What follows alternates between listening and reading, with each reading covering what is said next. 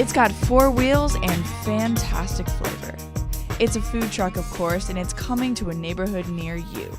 As one of the nation's fastest growing trends, these culinary machines are generating more than $8 million in revenue yearly.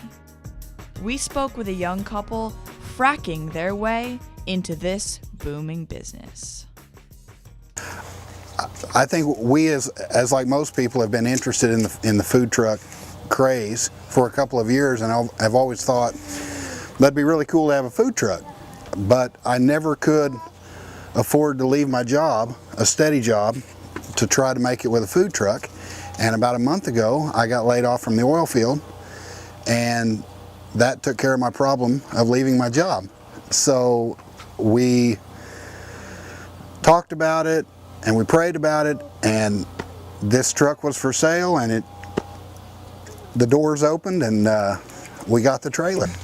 Yeah, I think you talked about always wanting to open a restaurant, but for years, Mobile restaurant. Yeah. You've got so many shows on TV now about opening restaurants and the cooking and all that, and so I always see that stuff and have wanted to do that, more of a restaurant than a food truck. But I think this is great because there's so much more out there. You're not anchored in one place. I had a very promising, successful career in the oil field, and so I never got serious about it. And then, of course, when I lost my job, we talked, and everyone initially, when I got laid off, everyone would say, well, what are you going to do? What are you going to do? And I just joked around, well, I'll just go buy a taco truck and throw out the shingle, and here I am, and it was just a joke. And then we were driving down the road about a week after I'd gotten laid off, and she said, you really would enjoy that. And we've been married 12 years, and he's been gone 10 of those years working in the oil field. And so we're learning to live together again, but I traveled a lot.